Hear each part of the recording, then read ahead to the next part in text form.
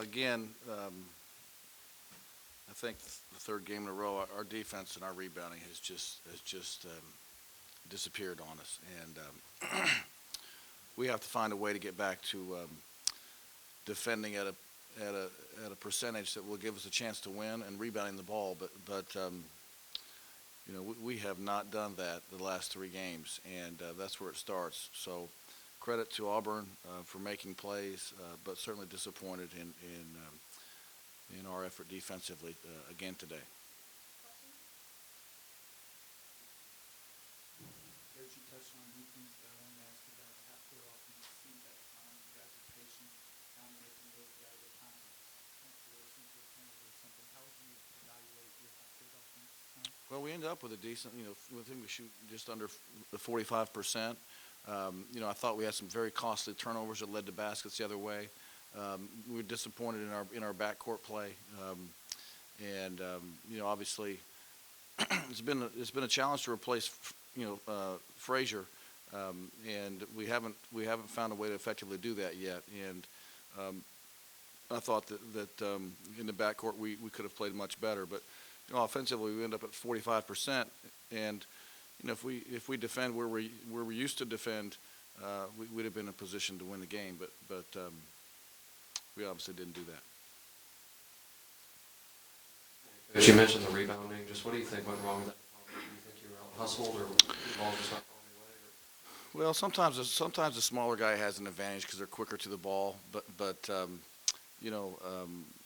if you're really getting after it, you'll find a way to get you a couple rebounds, and we haven't been as physical on the glass as we need to be. Mark, you mentioned the defense for these three games, but how much of that responsibility falls on the coaching staff to have these guys ready to play? Well, it all falls on the coaching staff. It all falls on the coach. It all falls on me. I'll take 100% of the responsibility. 100. Okay? And that's an accurate statement. It's on me. Okay? If I can't, that's totally on the coach to make sure that we have a scheme ready to go. Now, the individual has to emotionally and mentally get themselves ready to play, but we got to find a way to push those buttons, and the responsibility totally falls on me. Any more questions?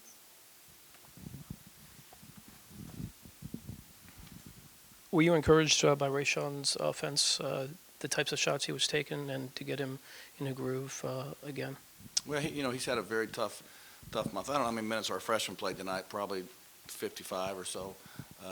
We're playing a lot of, those guys in some key times, and some mistakes that freshmen make can be costly.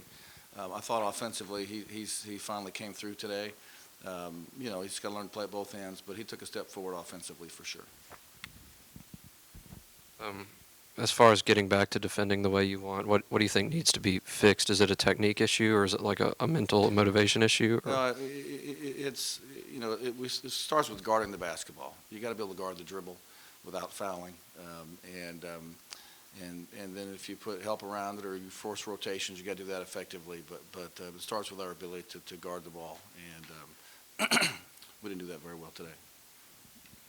Coach, obviously Bryce Brown didn't play tonight, but Jared Harper had a great game. How much of that was on the defense, or how much of that was also Jared's just a really good player?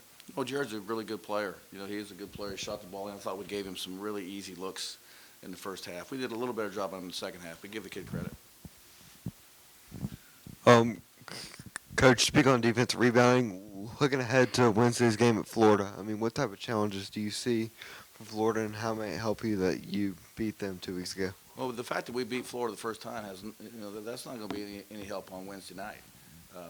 We got to get back and maybe defend like we did against Florida, but we haven't seen that in a couple games. So we'll have to regroup and see if we can find an effective way to slow them down. I don't think, to be honest with you, against Florida, that we made some serious errors in how we wanted to play defensively in that game, and it just didn't get exposed. And we have to get more stable there. To follow up on your comment about replacing Frazier, you spoke a lot in the preseason about the leadership that would be lost with Frazier. Can you talk about the on-court that you referenced earlier? what were your expectations and where have you been disappointed in that regard? Well, I don't think that we ever thought that someone would be the kind of leader that Frazier was, because he was the best we've ever had. But it's our ability to get us an offense, to break down defenses, draw some fouls, and really, make a shot when need be. And obviously he was a terrific player and big shoes to fill, and we just haven't consistently, done that. And those kids have had some good games. Turtle's had some good games, and Tyree's had some good games, and Tyshawn too. But consistently, we gotta make some progress there. Coach Rayshawn, overall this year, how do you assess his growth, and then where does he need to grow a little bit more? Well, he defensively obviously still has some things to learn and get better at. Offensively, he's had such a tough month. Just finding where he can consistently get his shots, and then when he gets them, just polishing the skill level to where he can take advantage of those. When you guys are struggling as much as you're in the one-loss column recently, does that affect confidence, and are they mentally attached defensively like you need them to be? Yeah, I think obviously our confidence has been shaken. That we have 6 out of 9 on the road, and I think that got the best of us, and so I think our confidence certainly has been shaken. But it comes down to executing some fundamental things. Coach, what were they doing to kind of deny Yante tonight? 'Cause he was 8 for 10 from the field. His only misses were from 3-point range. Just what were they doing to kind of just keep him from getting the ball and getting shots up? Well, obviously they had several possessions of zone where they kept a couple guys attached to him, and when we got it to him, he did a nice job finishing. But again, we shoot just at 45%. It's our turnovers that led to baskets and our defensive field goal percentage that kills us. Yante gets 10 shots. Would we have liked him had a few more? Maybe. But they obviously, as everybody has, is trying to surround him. And for the most part, he's found a way to still score in those situations. Last question? All right, thanks, Coach. Thank you.